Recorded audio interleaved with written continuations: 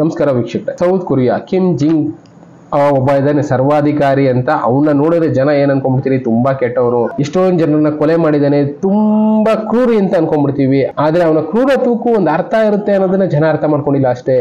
ಇಲ್ಲಿ ನೋಡ್ಬೋದು, ಒಂದು ವಿಡಿಯೋದಲ್ಲಿ ತೋರಿಸ್ತಾರೆ, ಸೌತ್ ಕೊರಿಯಾದಲ್ಲೂ ಕೂಡ ಪ್ರವಾಹ ಅನ್ನೋದು ಬಂತು. ಆ ಪ್ರವಾಹದಲ್ಲಿ ಸಾವಿರಾರು ಜನ ಮನೆ ಕಳ್ಕೊಂಡ್ರು, ಸಾವಿರಾರು ಜನ ಪ್ರಾಣನೂ ಕಳ್ಕೊಂಡ್ರು.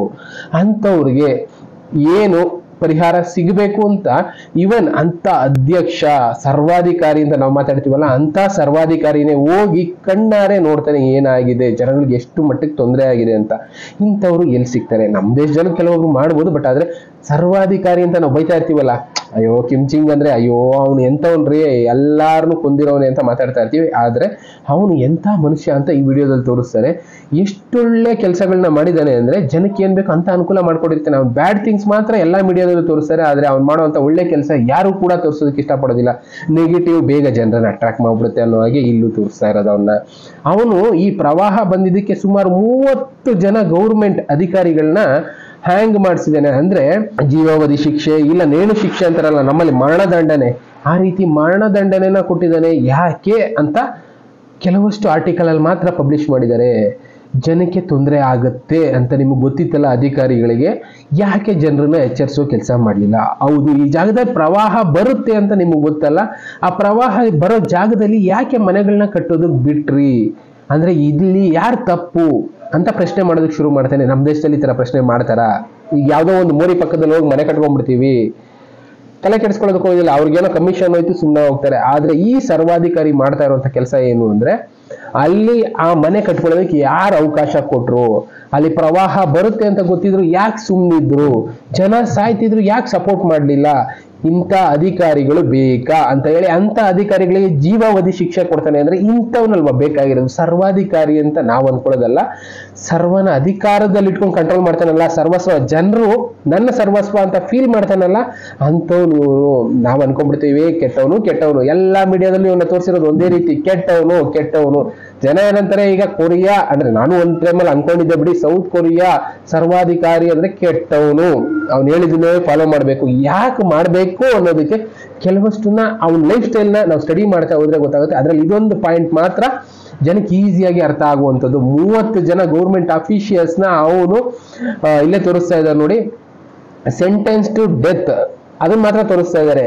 30 ಜನನ ಅವನು ಮರಣದಂಡನೆಗೆ ಗುರಿ ಮಾಡಿಸಿದ್ದಾನೆ ಅಂತ ಈ ನ್ಯೂಸ್ ಎಲ್ಲ ತೋರಿಸ್ತಾ ಇರೋದು. ರೀಸನ್ ಬಿಹೈಂಡ್ ಇಟ್ ಅಂತ ಹೋದಾಗ ನಾವು ಗೊತ್ತಾಗೋದು ಒಂದೇ, ಜನರಿಗೆ ತೊಂದರೆ ಆಗ್ತಾ ಇದೆ ಅಂದ್ರೆ ಅಧಿಕಾರಿಗಳು ಸುಮ್ಮನೆ ಇದ್ದಾರೆ ಅಂದ್ರೆ ಅಂತ ಅಧಿಕಾರಿಗಳು ಬೇಕಾಗಿಲ್ಲ. ಜನರ ದುಡ್ಡಿಂದ ಅಧಿಕಾರ ನಡೆಸ್ತಾ ಇರುವಂತ ಅಧಿಕಾರಿಗಳು ಬೇಕಾಗಿಲ್ಲ.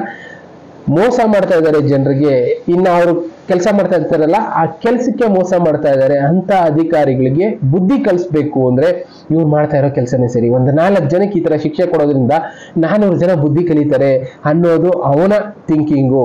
ಇದು ಸತ್ಯ ಅಲ್ವಾ? ಅವನ ಹತ್ರ ಮಾಡಿರೋದ್ರಿಂದನೇ ಫ್ಯೂಚರ್ ಅಲ್ಲಿ ಯಾರಾದ್ರೂ ಇಂಥ ಜಾಗದಲ್ಲಿ ಮನೆ ಕಟ್ಕೊಳ್ತಾ ಇದ್ದಾನೆ ಅಂದ್ರೆ ಸುತ್ತಮುತ್ತ ಇರುವಂತ ಅಧಿಕಾರಿನೇ ಹೇಳ್ಬಿಡ್ತಾನೆ, ಈ ಜಾಗದಲ್ಲಿ ನದಿ ಹರಿತಾ ಇರುತ್ತೆ, ಈ ಜಾಗದಲ್ಲಿ ಮನೆ ಕಟ್ಕೊಳ್ಳೋದಕ್ಕೆ ನಾವು ಪರ್ಮಿಷನ್ನೇ ಕೊಡೋದಿಲ್ಲ, ಕೊಟ್ರೆ ಒಂದಲ್ಲ ಒಂದಿನ ಜೀವ ಹೋಗುತ್ತೆ ಅನ್ನೋ ಭಯ ಹುಟ್ಟಿಸಿದಾನೆ ಜನರಲ್ ಅವನು. ಅಂತ ಭಯ ಅಧಿಕಾರಿಗಳ ಹುಟ್ಟಿತು ಅಂದ್ರೆ ಜನಕ್ಕೆ ಅನುಕೂಲ ಆಗುತ್ತೆ. ನಿಜ ಅಲ್ವಾ?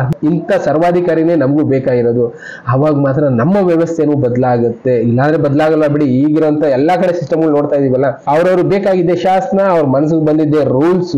ಆದ್ರೆ ಇವ್ರು ಹೇಗೆ ಅಂದ್ರೆ, ಜನರಿಗೆ ತೊಂದರೆ ಆಗ್ತಾ ಇದೆ, ಆ ರೂಲ್ಸ್ ಬೇಡ, ಜನರಿಗೆ ಅನುಕೂಲ ಆಗ್ತಾ ಇದೆ ಅಂತ ರೂಲ್ಸ್ ಬೇಕು. ಆದ್ರೆ ಜನರಿಗೆ ತೊಂದರೆ ಕೊಡ್ತಾ ಇರೋಂಥ ಅಧಿಕಾರಿಗಳಿಗೆ ಶಿಕ್ಷೆ ಆಗ್ಲೇಬೇಕು. ಯಾರಾದ್ರೂ ಆಗ್ಲಿ, ತಪ್ಪು ಮಾಡಿದವ್ರಿಗೆ ಶಿಕ್ಷೆ ಆಗಬೇಕು ಅನ್ನೋದು ಇವನ ಪಾಲಿಸಿ. ಆ ಪಾಲಿಸಿ ತುಂಬಾನೇ ಒಳ್ಳೇದು. ಇಂಥ ಪಾಲಿಸಿಗಳು ಫಾಲೋ ಮಾಡಿದ್ರೆ ನಮ್ಮ ದೇಶದಲ್ಲೂ ತುಂಬಾನೇ ಜನಕ್ಕೆ ಅನುಕೂಲ ಆಗುತ್ತೆ. ನದಿ ಪಾತ್ರದಲ್ಲಿ ಮನೆ ಕಟ್ಕೊಳ್ಳೋರ್ಗಾಗ್ಬೋದು, ಅಲ್ಲಿ ಸೈಟ್ ಹಂಚೋರ್ಗಾಗ್ಬೋದು, ಯಾರಾದ್ರೂ ಆಗ್ಬೋದು. ಇಲ್ಲಿ ದುಡ್ಡು ಇಸ್ಕೊಂಡ್ಬಿಟ್ಟು ಲೇಔಟ್ ಮಾಡ್ಬಿಟ್ರು, ಹಂಚ್ಬಿಟ್ರು. ಈಗ ನೋಡ್ತಾ ಇದೀವಲ್ಲ ಬೆಂಗಳೂರಲ್ಲಿ, ಮಳೆ ನೀರು ಬಂತು, ಕೊಚ್ಕೊಂಡೋಯ್ತು, ಜನಗಳು ಅದೇನೋ ಅಪಾರ್ಟ್ಮೆಂಟ್ಗಳೆಲ್ಲ ನೀರು ನುಗ್ತು ಒದ್ದಾಡ್ತಾ ಇದಾರೆ, ನೀರು ಬಕೆಟಲ್ಲಿ ಮಗದು ಆಚೆ ಹೋಗ್ತಾ ಇದಾರೆ. ಇನ್ನ ಸ್ಲಮ್ಗಳು ಬೇಜಾನಿದೆ ಬೆಂಗಳೂರಲ್ಲಿ, ಆ ಸ್ಲಮ್ಗಳಲ್ಲಿ ನೀರು ತುಂಬಿಕೊಳ್ತು, ಎಲ್ಲಾ ಕಡೆ ಹರಿತಾ ಇದೆ, ನೀರನ್ನ ಮಗದು ಹೋಗ್ತಾ ಇದಾರೆ. ಆದ್ರೆ ಇವನು ಮಾಡ್ತಾ ಇರೋದು, ಅಂತ ಅಧಿಕಾರಿಗಳು ಯಾರಲ್ಲಿ ಪರ್ಮಿಷನ್ ಕೊಡ್ತಾರೆ ಅಂತ ಅಧಿಕಾರಿಗೆ ಶಿಕ್ಷೆ ಕೊಡು, ಮರಣದಂಡನೆ ಹಾಕು. ಆ ಶಿಕ್ಷೆ ನೆಕ್ಸ್ಟ್ ಅಧಿಕಾರಿ ಆ ಜಾಗದ ಪರ್ಮಿಷನ್ ಕೊಡೋದಕ್ಕೆ ಮುಂಚೆ 100 ಸಲ ಯೋಚನೆ ಮಾಡ್ತಾನೆ. ನಿಜ ಅಲ್ವಾ? ನಮ್ಮಲ್ಲಿ ಈ ತರ ಕಾನೂನು ಬಂದ್ರೆ ಬೇರೆಯವ್ರಿಗೆ ತೊಂದರೆ ಆಗುತ್ತೆ ಅನ್ನೋದನ್ನ ಅಧಿಕಾರಿಗಳು ಸ್ಟಡಿ ಮಾಡಿ ಆ ಜಾಗಕ್ಕೆ ಪರ್ಮಿಷನ್ ಕೊಡಬೇಕು. ಇಲ್ಲ ಅಂದ್ರೆ ಈ ರೀತಿ ಶಿಕ್ಷೆಗಳು ಕಾದಿಟ್ಟ ಬುತ್ತಿ ಅಂತ ಆ ಜನಕ್ಕೆ ಅಲ್ಲಿ ಎಚ್ಚರಿಸಿದಾನೆ. ಇದರಿಂದ ನಿಜವಾಗ್ಲೂ ಅಲ್ಲಿ ತುಂಬಾ ಜನಕ್ಕೆ ಅನುಕೂಲನೂ ಆಗ್ತಾ ಇದೆ. ನಮ್ಮ ದೇಶದಲ್ಲಿ ಇಂಥದ್ದು ಬರ್ಲಿ ಅಂತ ನಾವು ಕೇಳ್ಕೊಳ್ತೀವಿ. ಸ್ಟ್ರಿಕ್ಟ್ ಆಗಿದ್ರು ಪರವಾಗಿಲ್ಲ, ಸರ್ವಾಧಿಕಾರತ್ವ ಬಂದ್ರೂ ಪರವಾಗಿಲ್ಲ, ಬಟ್ ಇಂಥ ಸ್ಟ್ರಿಕ್ಟ್ ರೂಲ್ಸ್ಗಳಿಂದ ವ್ಯವಸ್ಥೆ ಅನ್ನೋದು ಬದಲಾಗುತ್ತೆ, ಒಳ್ಳೆ ಸಮಾಜ ಅನ್ನೋ ಸೃಷ್ಟಿ ಆಗುತ್ತೆ, 4 ಜನಕ್ಕೆ ಅನುಕೂಲ ಆಗುತ್ತೆ. ಇಂಥ ವ್ಯವಸ್ಥೆಗಳು ಬರ್ಲಿ ಅಂತ ನಾವು ಕೇಳ್ಕೊಳ್ಳೋಣ. ಬಟ್ ಕೇಳ್ಕೊಂಡಿದ ತಕ್ಷಣ ಆಗುತ್ತೋ ಇಲ್ವೋ, ಪ್ರಯತ್ನ ಅಂತೂ ಮಾಡ್ತಾ ಇರೋಣ. ಇನ್ನು ಇದೇ ರೀತಿ ವಿಷಯಗಳ ಜೊತೆ ಮತ್ತೆ ಸಿಗ್ತಾ ಇರ್ತೀನಿ. ಯಾರನ್ನೇ ಆಗ್ಲಿ ಅರ್ಥ ಮಾಡ್ಕೊಳ್ಳೋದಕ್ಕೆ ಮುಂಚೆ 100 ಸಲ ಯೋಚನೆ ಮಾಡಬೇಕು ಅನ್ನೋದು ಇದಕ್ಕೋಸ್ಕರನೇ. ಸರ್ವಾಧಿಕಾರಿ ಅಂದ್ರೆ ಏನು ಅಂತ ತೋರಿಸ್ಬಿಟ್ಟಿದ್ದಾನೆ ಕಿಮ್ ಜಿಂಗ್. ಇಂಥವ್ರನ್ನ ನಾವು ಫಾಲೋ ಮಾಡೋಣ ಅಂತ ಅನ್ಸ್ಬಿಡುತ್ತೆ ಎಷ್ಟೋ ಜನಕ್ಕೆ. ದಯವಿಟ್ಟು ಇಂಥ ಒಳ್ಳೆ ಕೆಲಸ ಮಾಡ್ತಾ ಇದ್ರೆ ಫಾಲೋ ಮಾಡಿ. ಯಾರಾದ್ರೂ ಆಗ್ಲಿ, ಯಾರು ಕೆಟ್ಟ ಕೆಲಸ ಮಾಡ್ತಾ ಇರ್ತಾನೆ, ಎಂಥ ವ್ಯಕ್ತಿ ಆದ್ರೂ ಆಗ್ಲಿ, ದಯವಿಟ್ಟು ಅಂಥವನ್ನ ಸ್ವಲ್ಪ ದೂರ ಇಡೋ ಕೆಲಸ ಮಾಡೋಣ. ಬೇರೆ ಬೇರೆ ವಿಷಯಗಳ ಜೊತೆ ಮತ್ತೆ ಸಿಗ್ತೀನಿ. Thank you, good bye.